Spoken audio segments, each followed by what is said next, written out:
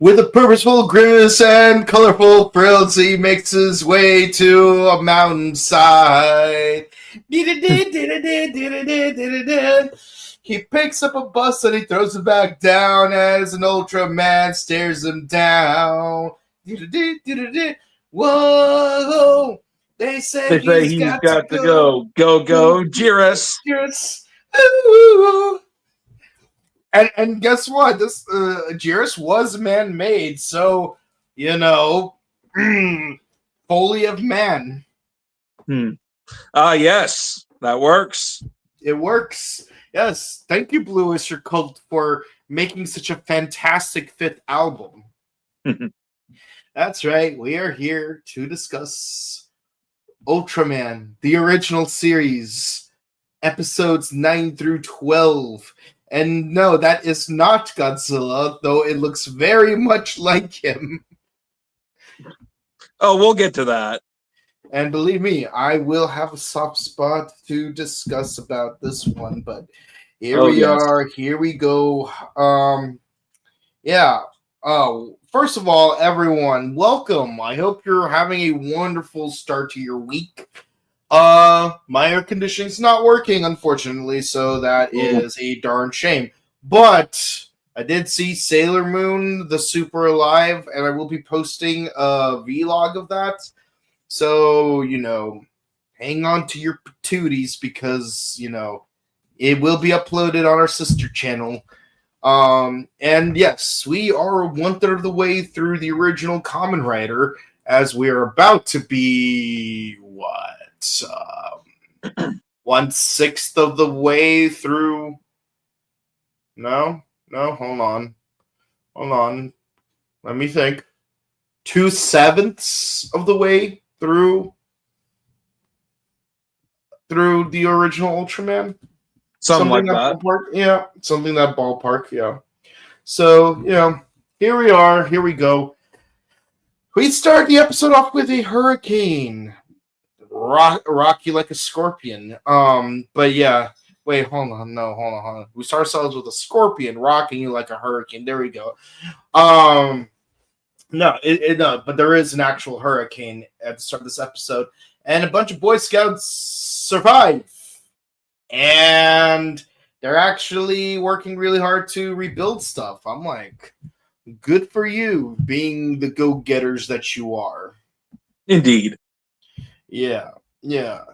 I really love it when, when people aren't just like moping around, they're actually like owning up to like stuff. It's like, I mean, some damages are harder to deal with. I respect that.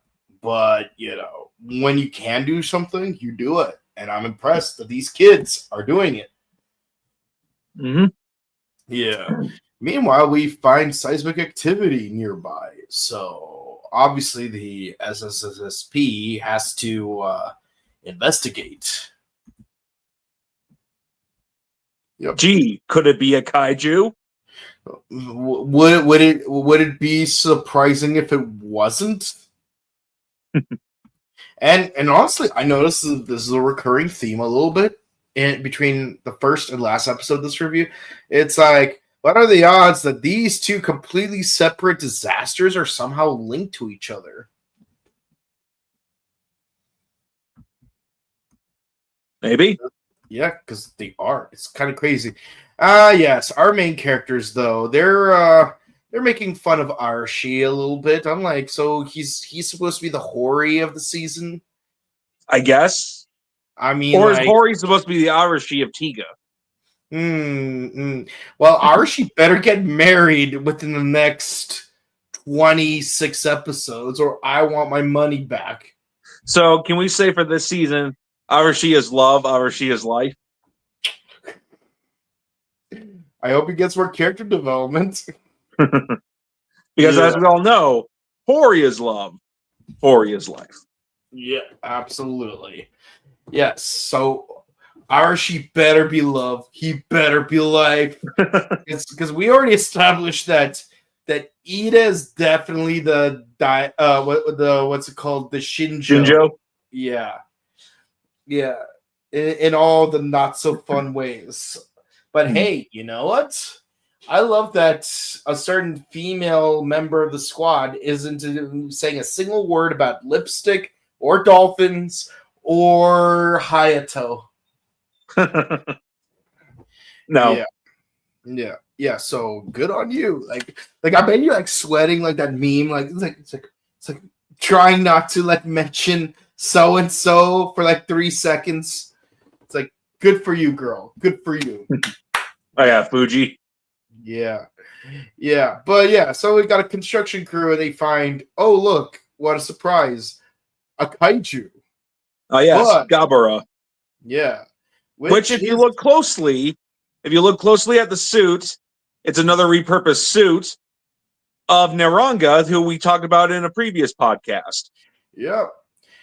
And I have to say, I find myself enjoying the season a lot more, not because of the actual plot, but because of like me trying to spot like what is a prop, what is a toy, what is in front of a green screen, what's behind a green screen, how are they layered. I'm enjoying that more than the actual plot. It's like when Roger Rabbit, the ride breaks down, and you're like walking back to the front of the line, and like you could see like all the animatronics when like you don't have all those lights and sounds distracting you. Yeah. It's like I'm gonna say it like this is the thing I like about this season, which is not necessarily a good thing because like I should try to enjoy it for the plot, like I'm not hating the plot, just to be clear, but the fact that I'm enjoying like studying the special effects more than the actual plot, take it as you will. Yeah, a lot of hard work was put into this show back in the day. And given well, they get all Ultraman shows. Yeah. I guess other than Ultraman Powered to an extent. Okay, you know what? No, like Ultraman Powered, it put hard work into the kaiju suits, not so much the action. But there's a lot of detail that goes into the buildings that they make for the miniatures in this series.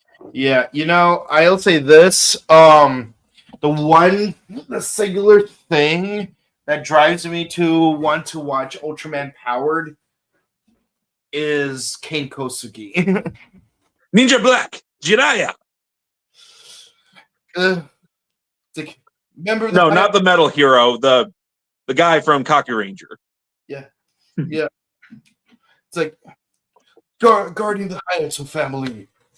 Marubusa. What? I like Dead or Alive, okay? Okay. Like he played Hayabusa in DOA Dead or Alive. And honestly, he was actually my favorite part. What's crazy is that Robin Shaw is in it and not as Hayate or any other playable character. He was just some random pirate. Interesting. But what's really interesting about him being there at all is the fact that he was in an adaptation of not one, but 3 different fighting game adaptations. I see. Yeah, he was in the original 95 Mortal Kombat as Liu Kang. He was in Street Fighters in the film Legend of Chun-Li. And he was a random pirate in DOA Dead or Alive. So that's 3 games. What, do we have like a Virtual Fighters movie that we can make from out of nowhere and just like place Robin Shaw as a character? Yeah. But so we're called into action because a kaiju attacks and it is exhuming radiation. I'm like, how do we know this without using a Geiger scale? I mean, if it was Godzilla, that'd be one thing, because Godzilla's body emits radiation. Yeah. But like without a Geiger counter, like did they do that off screen or what? Yeah, and also, like, shouldn't they be wearing, like, special uniforms to combat the radiation? Yeah. But hey, we got little toy flamethrowers attacking a giant human in a suit. Oh, yes. Yeah. Ultraman the Flamethrower. The kids love this one. Yeah. Each sold separately. Batteries not included. And of course, the flamethrowers scare off the kaiju a little bit, but now it's going towards the Boy Scout camp. That it is. Yeah, and we have 2 injured Boy Scouts, so it's like, of course, like, they're going to be, well, they're not going to be relevant to the plot beyond just being there. It's like someone has to be the witness. So Hayato, like, uses a uranium casing in order to, like, distract the monster by like having it tied up to a helicopter. But you know how the song and dance goes. The helicopter appears to explode. Ultraman appears out of nowhere, fights off the monster, and Hayato appears out of nowhere. It's like, Hayato, you're alive. Why wouldn't I be? But that like, you died in a helicopter. What helicopter? Helicopter? Where'd the helicopter go? I swear there was a helicopter. Becoming bonded with Ultraman gives him plot armor. Yeah. Yeah, as it turns out, becoming Ultraman gives you plot armor. Who would have thought? But yeah, so let's go into the actual monster fight. It's all right. Yeah. I mean, Gabara's got a cool design. I mean, yeah, I like how he it opens up its frills. Yeah. Yeah, it especially looks cool in Shin Ultraman. Maybe I should watch Shin Ultraman. I mean, I did watch Shin Kamen Rider. Yeah. Yeah, maybe we could do Shin Ultraman later down the road. Yeah. Again, we got teased that there will be a tease about a trailer for Ultraman Omega. Hopefully, eventually we'll see that trailer and find out the actual air date so that we can get a better idea as to, like, how much program we could squeeze in before that. Yeah. Yeah. I mean, depending on, like, how much time we'll have left, we could probably do at least one of the 2 Australian seasons and maybe Shin Ultraman. Also, I don't know when Arc the movie is going to come out on Blu-ray, so yeah, so there's that. Yeah. Yeah, but hopefully Ultraman Omega is better than Arc. Yeah. I mean, we are going to review Arc the movie regardless. But hopefully, like, we can do, hopefully the Blu-ray will come out before Omega comes out, just so that we could get it out of the way and like, we could do something more productive with our 3 obligatory weeks of, specials. Like, I don't know, maybe doing some of the Zero movies or something. Yeah. Yeah. How many Zero movies are there? Like, let me think. Like 3 or 4? Let me think. Let's see. There's Ultra Galaxy Legends. Mm-hmm. I know there's the Conspiracy one. Yeah, the Absolute Conspiracy is way after that. Okay. It's not part of the Zero movies. Really? Yeah. So let's see. Ultra Galaxy Legends movie, the Ultraman Zero movie, the Revenge of Belial. Let's see. After that, Ultraman Zero versus Dark Club Zero, and Ultraman Saga. There's like 4 or 5 Zero movies. Wow. And to think Deno still has more movies. Yes. Deno, the most overmilked Kamen Rider. It's the Mighty Morphin of Kamen Rider. Yeah. It's like the Gokaiger of Kamen Rider. Overmilked. And again, I'm not hating on Gokaiger. I'm just saying. Oh, not at all. Yeah. I'm just saying, like, a lot of people, like, really like to glaze Gokaiger. Don't get me wrong. It's well worth the hype, but some people hype it a little bit more than they need to. I love Marvels. I love Joe. I love Ahime. I love Luca. I love Don. Guy, not so much. But yeah, I would still say that Dawn Brothers is a better season. I would even say Geki Ranger is a better season. Pokenger. Don't get me started. Car Ranger. Not a peep. But yeah, so they defeat the Kaijin by simply wrestling it. You mean the kaiju? Yeah, kaiju, not Kaijin. It's large.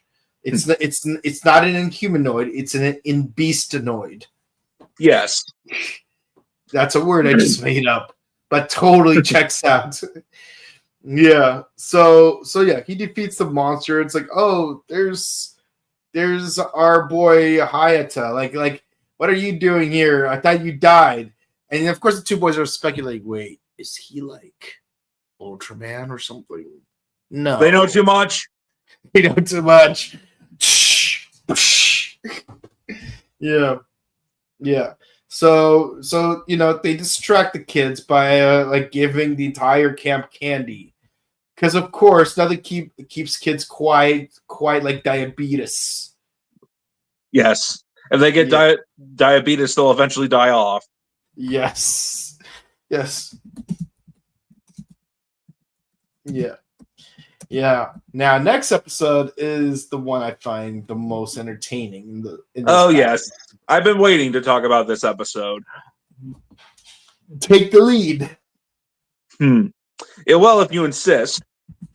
So basically, there's this white-haired scientist, we'll get to why it's quote-unquote later, who is obsessed with dinosaurs and tries to make his own. And here's a hint. He's not played by Steve Buscemi. No. So basically, some people want to go in and interview him for a magazine in London, and he's like, tells them, has a mural about all sorts of different dinosaurs, even though some of them look questionable, but it's Toku logic. So basically, he's like, all right, interview's over, get out. Yeah, and I noticed he got really obsessed with that lighter. Yeah, like, was he checking to see if a microphone was in it or something, or what? Or maybe he's like, I was like, when I was watching the episode, I was thinking like maybe he's a conservationist, maybe he doesn't like smoking because it's a pollutant, or maybe he has like a health thing where it's like, oh, it will disrupt something in his physiology because he secretly injected himself with some kind of kaiju nonsense, like Hori's arch rival. Hori's rival is hate. Hori's rival is death. Because jealousy turning saints into the sea and swimming through sick lullabies. Mm-hmm. Yeah, can't wait to meet Eric Roberts. Yeah. So basically, and then some more stuff happens, and then eventually he's like, Jiras!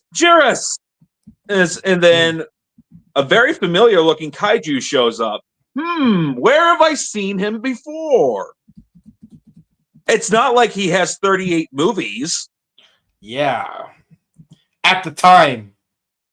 Yeah, that's right, because it was still the Showa era. Yeah. Seriously, how many movies did Godzilla have at the time? Because I know Godzilla came out in what, 1954. Oh, 54. Right, because I know that the movie Iron Giant takes place about a year after the movie Gojira came out. Yeah. And there's I definitely know and I went on my way to research that for the specific reason that Dean did use the word Zilla in one of his lines.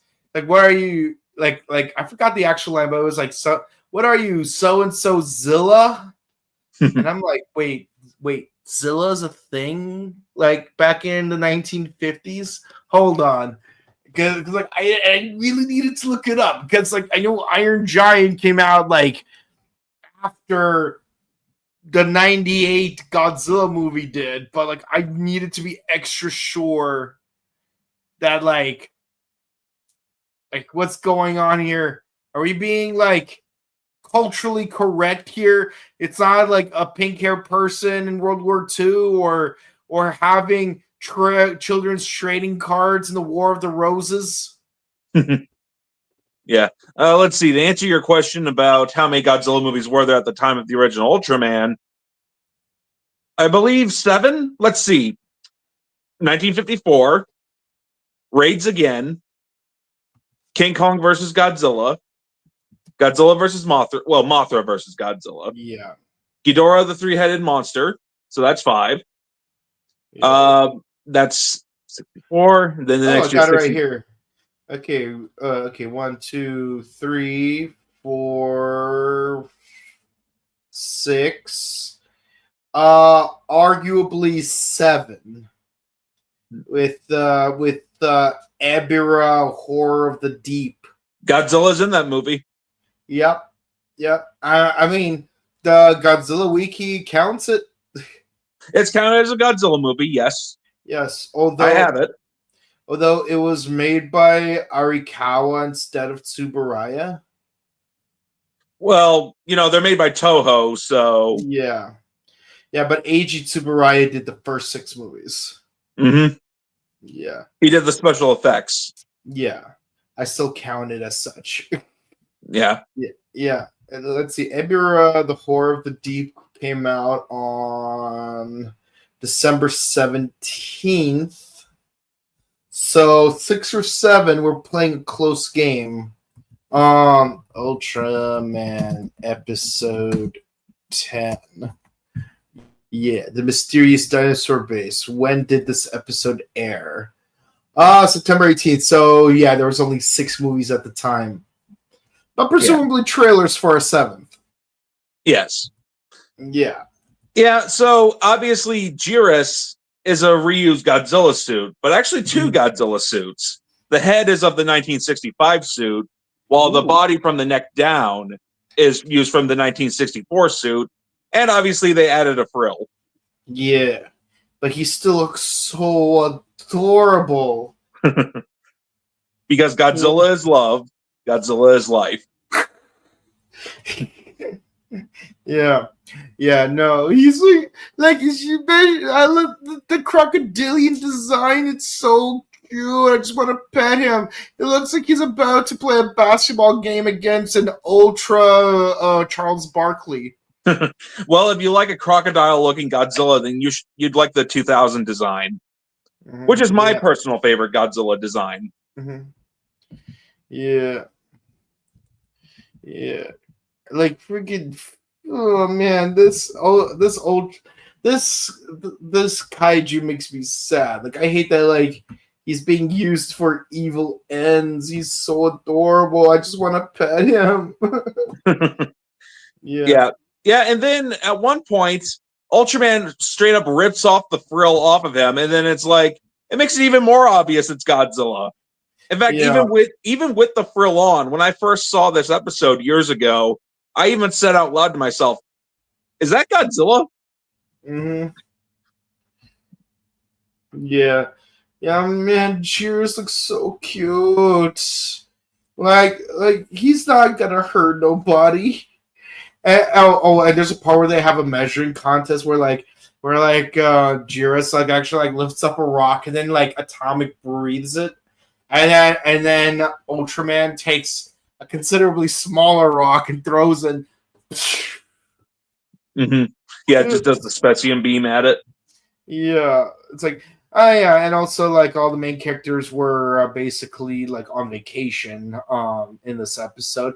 It just so happens that Ide was helping out Homegirl do the report, hence the 2 of them being trapped in the base. And of course, Ide and Homegirl are trapped inside of the base. Yeah. which is why no one could contact them. But while the professor's fighting Arashi, it is revealed that he was actually Fantomas. I'm just kidding. No, he had a going human. fast? No, and it's so freaky seeing it's like earlier on we were like hinting that like, oh yes, I knew this other scientist that definitely died way back when. Yeah, like he was eaten by the Loch Ness monster. It's what he would have wanted, but then it's like the professor like rips his own face off, revealing that he was that scientist that was eaten by. Why with the disguise? Like for real. I don't know. Feels so unnecessary. It's like, especially since you voluntarily reveal your true identity. Yeah, but man, also I noticed something really interesting is how like on the costume, Jirus's eyes are always like to the right. So it's like he's like always looking at the right.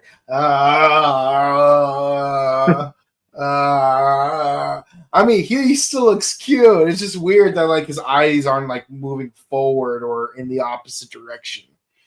Yeah. Yeah. I don't know. But another fun fact about Jirus is that this probably won't come off as a surprise, but they even got back the original suit actor Haruo Nakajima to suit act as Jirus. That's cool. You learn Well, something it makes new every sense. They already measured him for the suit, so it's like let's get him back when he's not being in the Godzilla movie for Ultraman. Yeah. Yeah, they probably just finished filming the 7th film. Yeah. Yeah. But man, removing the frill like that just really hurt because it's like you could tell like that these suit actors were having fun with this. Yeah.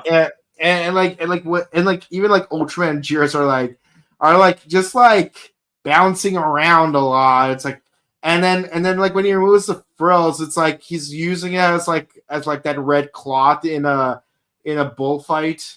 Yeah.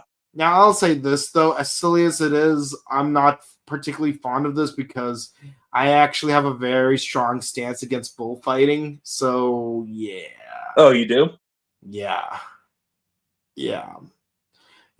It's like I know it sounds weird. It's like, but you eat so much red meat, yes, but I still put some respect on the name of where the meat came from. You know, I see. yeah. So it's like the fact that you're imitating a practice that I particularly find to be very barbaric. No offense, España. Yeah, like it does rub me off the wrong way, and frankly, it makes me feel more sad for Jirus. Yeah. Because like one, like this kaiju in particular, like it's showing so much personality. Like it could just be a random growling kaiju, like we've seen in so many episodes before, but no, like this one has so much personality to it. Heck, I'll even say it has more personality than some of the installments of Godzilla. Depends on which one. Again, some. I did say some. Definitely more than the 98 one, but oh yes, that's not a very high bar. But there are some versions of Godzilla where he's just there. He's just a monster, to antagonize humanity. But here it's like he's got personality, dude. Mm-hmm. Why are you humiliating this poor elegant creature? So yeah, Ultraman. Ultraman. But yeah, they have one final face off, and in a very Chambara fashion, it's like they have like that whole like standstill moment where like, and then the blood starts spewing out of Jirus's mouth. I mean, it's nice that Ultraman like puts the frill on top of Jirus, so it's like a warrior's defeat. But the thing is, did he need to defeat him? Like, what if they became allies? Yeah, be the closest thing to Godzilla and Ultraman teaming up. Yeah, Yeah, and of course, the evil scientist tries to do his best Martians attack impression. Yeah, you know, this is basically the closest we've ever gotten to Ultraman versus Godzilla. I mean, granted, in future series, and by that I mean more recent series, we would have Gomez. Yes. But Gomez is more cleverly disguised. More cleverly disguised Godzilla he definitely than has what that Jiris. horn on his head. So. Yeah, whereas Jiris, it's really obvious that this is it's straight up Godzilla, but with the frill. Yeah. Yeah.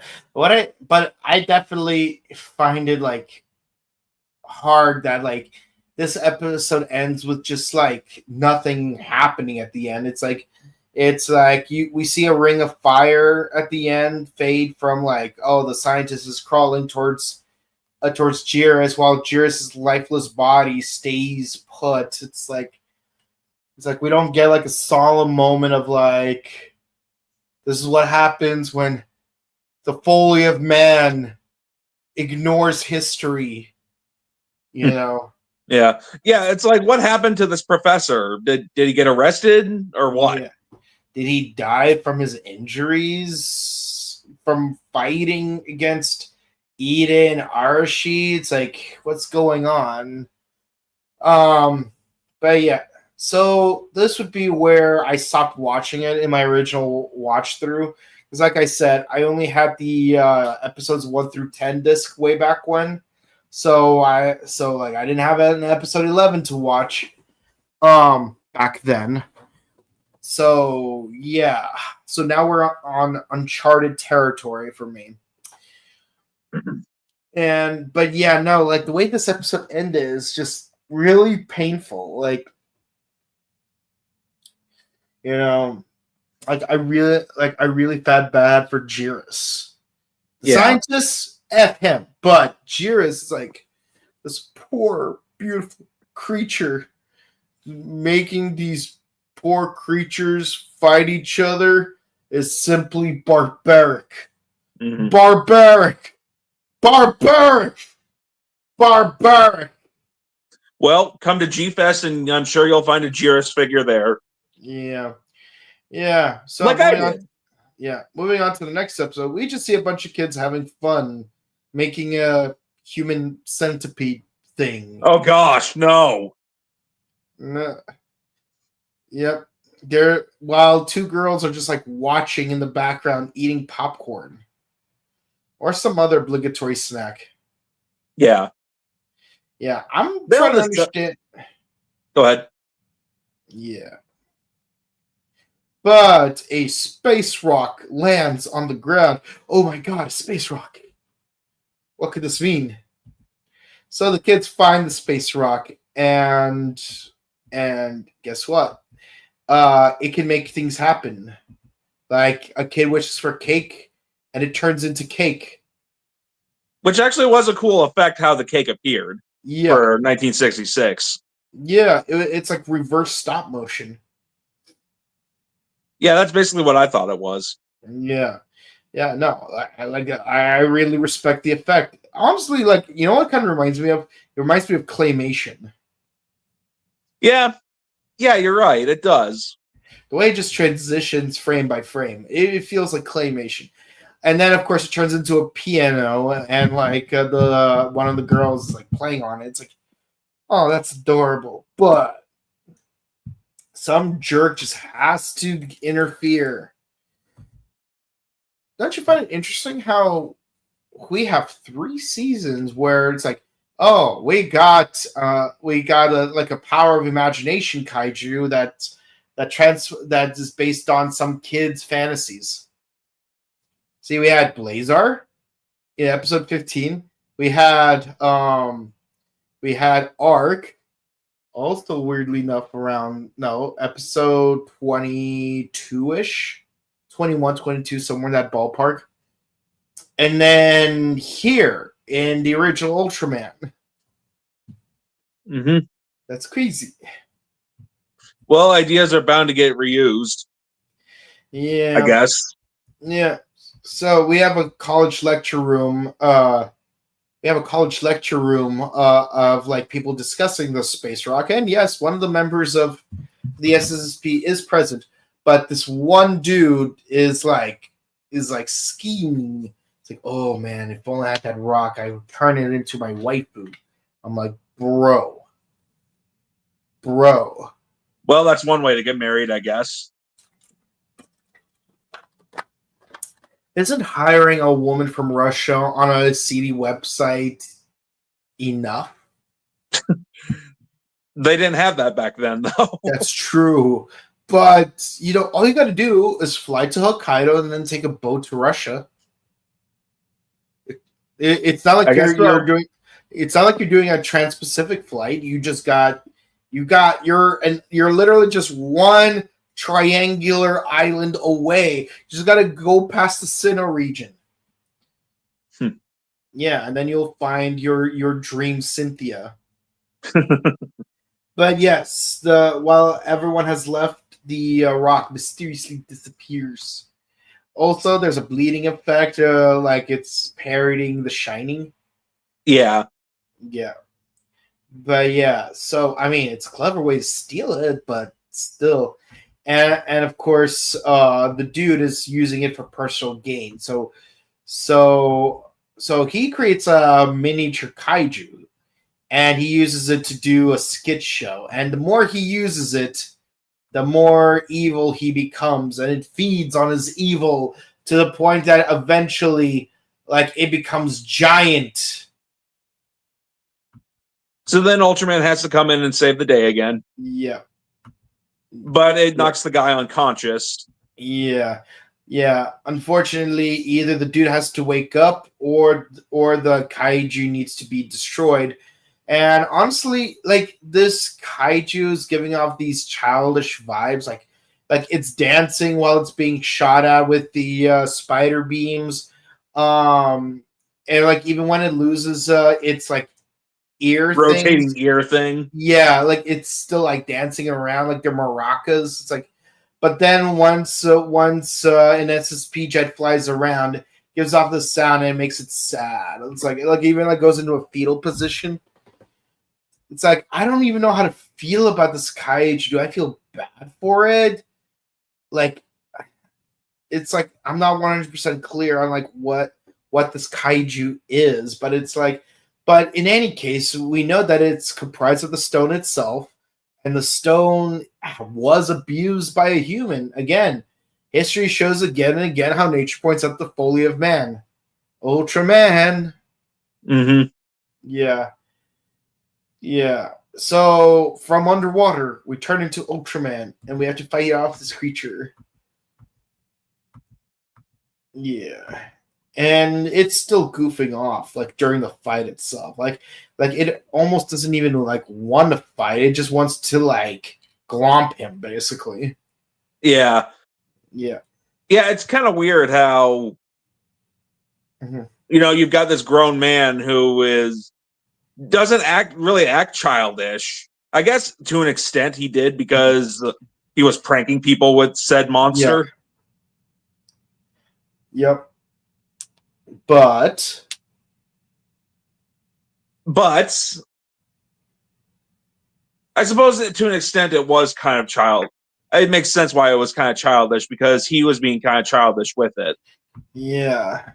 Remember, in the words of Julian Casablancas, the boombox can change the world, but you got to know your limits with the boombox. This is a cautionary tale that the boombox is not a toy. Indeed. Yeah, so never hit the turbo bass in an elderly home.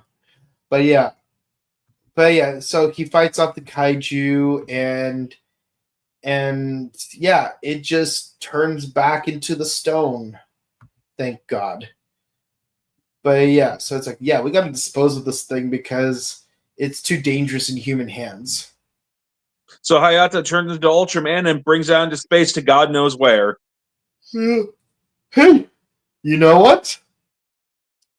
Yeah. Oh yeah, and also Fuji is like, I'll go with you. Nope, denied. Yeah.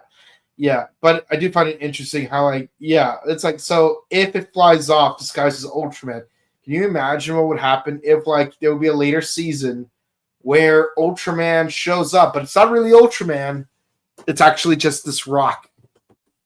Hmm. Actually, if you think about it, that's kind of how Tiga showed up in Ultraman X the movie.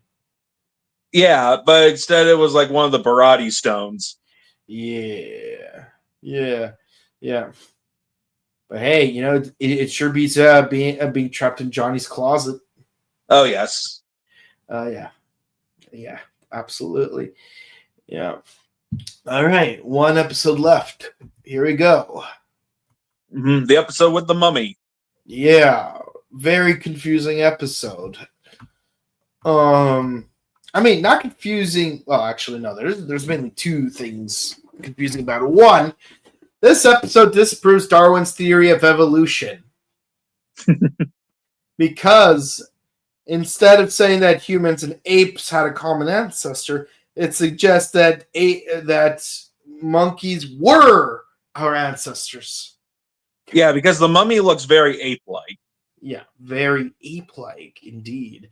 And I can't exactly say that it's saying much.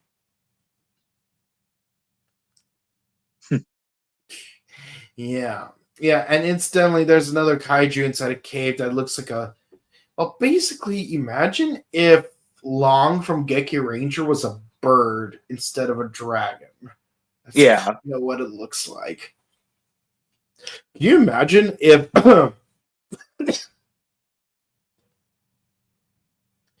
Can you imagine if Long's true form, that Hydra thing, if that was actually a recycled of this kaiju? That'd be crazy, man.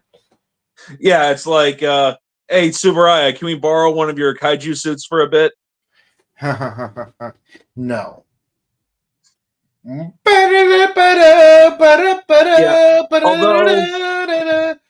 Although I'm pretty sure that's not likely because Tsuburaya burned a lot of their old suits back in the Showa era. Yeah. Yeah, I still can't get over that whole monkey thing because, like, when he wakes up, it has laser beams. I'm like, oh my god. Oh, yes. It's a Laser eyes. Kryptonian mummy. It's a Kryptonian mummy. Yeah, the mummy happens to reanimate itself. Yeah, because, Frankenstein. Yeah, so Ida and Arashi go investigate. And wouldn't you know it, they basically recreated the opening scene from Elfen Lied. Except no one got beheaded. Yes. Yeah. So, yeah. No, it took everyone to knock this guy out. And all that Arashi had to do is just fire his spider gun one time. Yep, that's all he had to do. Yeah. Incidentally, a giant monster shows up, which looks like, as we mentioned, a bird version of Long from Geki Ranger. But with only one head. Yes. And wouldn't you know it, it also has laser eyes. So the game plan is to take out both of its eyes. So they blind the kaiju. Yes. And by the time when Ultraman actually shows up, it's already missing one of its two eyes. So, yay. Humans actually contributed slightly. Yeah. Yeah, so basically Ultraman fights it off. Yeah. And then there's a part where he's like riding it like a rodeo horse. Yeah, that part was weird. Yeah. It's like you could tell it's two guys in a suit together. Yeah. Yeah. This isn't going to be the last time we see a kaiju with two guys in a suit. Darn shame. Yeah, and he has to like carefully aim his shot like he's freaking Samus from Metroid 5. Say, come on. Yeah, so he kills a giant kaiju too. It's laying on the ground, doesn't explode or anything. No, it just lays there. Yeah, he flies off and gives it the same, but like he doesn't give it like that respectful mourning that Jiris got. Jiros, you will be missed. Mm-hmm. Yeah. And then it's like, everyone's like, oh, where'd Ultraman go? Oh, hey, look, there's Hayata. Hey, Hayata, what are you doing up there? I don't know. And then Ida's like, could he be Ultraman? Yeah. What are the odds? I don't know. Maybe he is. Yeah. I'm curious, do they actually find out that he's Ultraman? And if so, at what point? No, they don't. Mm-hmm. Although, in the Ultraman anime, not the one with Ultraman Jonius from the Showa era, but the one that's Ultra Iron Man. Yeah. And either Ide or Arashi says to Hayata, yeah, we kind of figured out that you were Ultraman the whole time.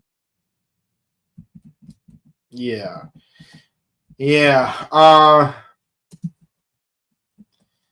Yeah. Yeah. It does interest me, like, when do certain characters find out that certain other characters are Ultramen? Yeah. Depends. I mean, we already talked about Tiga, and everybody found out that Daigo was Tiga at the very end. Yeah, at the very end. In Ultraman Gaia, the commander of Shig, who was played by Hiroyuki Watanabe, may he rest in peace. He finds out that Gamu is Gaia early on. Okay. I still feel like Tachibana, not this Tachibana, the other Tachibana, being Nexus was a wasted opportunity, because I really, really wish I could have seen her be Nexus a lot more. And again, there's only a 2-part episode left anyways. Yeah, they could have at least made that a 2-parter. Yeah, and maybe like she could have like found out that Daichi is X. Maybe give him some pointers. Maybe they would team up. Maybe they would have a discreet, intimate relationship that the others don't know about. And by intimate, I mean like the fact that they keep the secret together. And maybe everyone else could suspect that it's the other kind of intimate. But nope, it's just a misunderstanding. But point being is, there's so much potential they could have had by keeping Tachibana as Nexus. Yeah. Yeah, and let's see. In Ultraman Mabius, before the halfway point, I believe, is when the other members of Guys find out that Mirai is Mabius. It's been a while since I last watched it. It's been years. But I think it happened before the halfway point. I remember it happening. All right. So I definitely need to revisit that series, especially since it's on DVD and I own it. Mm-hmm. Yeah. I don't have Mabius, but I do want to get it. It's a good season. Yeah. I can imagine. Yeah, they get back all the Showa Ultramen in it. Oh, that's cool. That's pretty dope. For real. But yeah, that's pretty much all there is about these 4 episodes. Yeah, like other than the Jiris episode, there wasn't really much to talk about in these episodes. Yeah, like honestly, the Jiris was the best part of the entire 4-episode cluster. I agree. Yeah, and again, may he rest in peace. Yeah. Poor Jiris. Yeah. He deserved better. Yeah. But let me know what all y'all have to say about it. Oh wait, hold on, no, I forgot. We're gonna need to rate the episodes. I'd say they're all 8, but episode 10's a 9. Yeah, I'd also say that they're all basically 8s except episode 10. I give it a 9.5. It would have been a 10 out of 10 if it wasn't for the very ending. Yeah. Because it doesn't feel like there's any closure. It's like, what happens to the scientist? Is he arrested? Does he die? What happens? Yeah.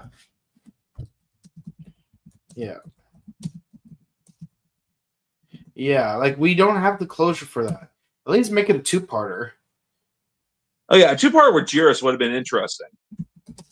Oh, can you imagine if they did a two-parter that had both Jiris and Gomez? Yeah, that'd be crazy. Yeah.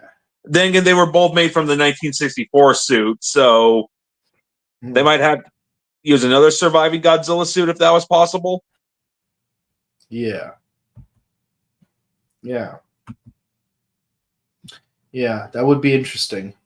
Mm-hmm. Yeah. All right, let's see what the comments have to say. Okay, Triple XYZ says, not Godzilla, so cute. I hate him having to die. Wish he could be the Earth Garon archetype or Cyber Gomorrah. Yeah, that would be interesting, but Tsuburaya Productions promised Toho that the Godzilla suit would be returned to them in one piece and in good condition. I mean, the frills don't look like good condition, just saying. Yeah, I'm pretty sure Toho probably didn't care about the frill. Yeah. Yeah, but like you have this giant red area though. Like that, that's got to count for something. Yeah. No one must know who Ultraman is. XOXO Ultra Gossip Girl. God damn it. Like, am I rubbing off on you guys for real? Rip Jiris. Indeed. Jiris may be gone, but he'll never be gone from our hearts. Yeah. It feels Jiris, Pigmon, you will be missed. Yes. I swear. So are we gonna rack up deaths like Digimon, Pokemon, Chumon, Piximon, Wizardmon, Waymon? Maybe. Yeah, Leomon, 1,000 Nunamon. Anyone else? Am I missing anyone? Oh, Cherrymon, technically. I mean, he's not a good guy, but he definitely did not deserve to die the way he did. Mm-hmm. Yeah. All right. Well, that's it for the comments, guys. We hope you enjoyed. Please be sure to comment, like, and subscribe to us on YouTube, Facebook, Twitter, Instagram. Ding the bell icon. Stay notified for our latest videos. We do Ultraman Classic on Mondays, Kamen Rider Classic on Sundays.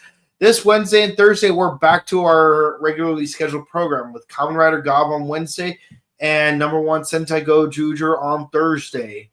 And yeah, I'm excited for those. Coming soon, we will have more Power Morphicon interviews, so I'm looking forward to those.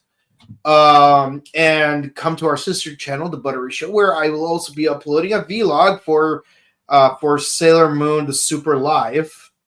And yeah, if you want to follow our personal content, where can the people find you? You can find me at youtube.com, Axel Ranger. And you can find me on Instagram at Boken_Kabuto and on Twitch at twitch.tv/BokenKabuto.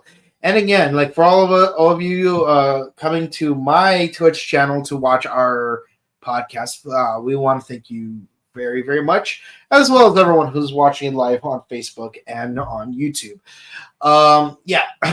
There's nothing really much going on for the rest of the week besides, our regularly scheduled program. But if you want to say hi to us in person, we will be at the Pasadena Comic-Con at the Pasadena Convention Center on May 24th, 2025, and at Robo Toy Fest at the Burbank Marriott Hotel on June 8th. So check us out then and there. Hopefully, if Scott announces Japan World Heroes, we'll be there as well. But so far, no announcements. So here's hoping, Yep. And I will be at G-Fest this year, July 11th through the 13th. At least I think I got that right. Let me check real quick. Yes, I was right. The 11th through the 13th of July. Yeah. Let me check that out for a second. Yep, G-Fest. It'll be on July 11th to the 13th at the Hyatt Regency O'Hare. The Hyatt Regency O'Hare, yeah. Which Galred is coming again. Oh, nice. I haven't seen him since 2019. This will be the second time that he's been at G-Fest. That's cool. He used to come to Japan World Heroes. Yeah. It's crazy. I forget sometimes which Sentai actors I've actually met in person because Because it's like, damn, it's been 7, 8 years since first Japan World Heroes, and even then, like, there were some Sentai actors before that. Like 2014, we got some G-Ranger actors and whatnot. Yeah, so man, what a crazy life we live. But with that in mind, we hope you enjoyed. Please be sure to stay safe, stay hydrated, update emergency kits, hug your loved ones. See you again real soon. Have a good one. Bye.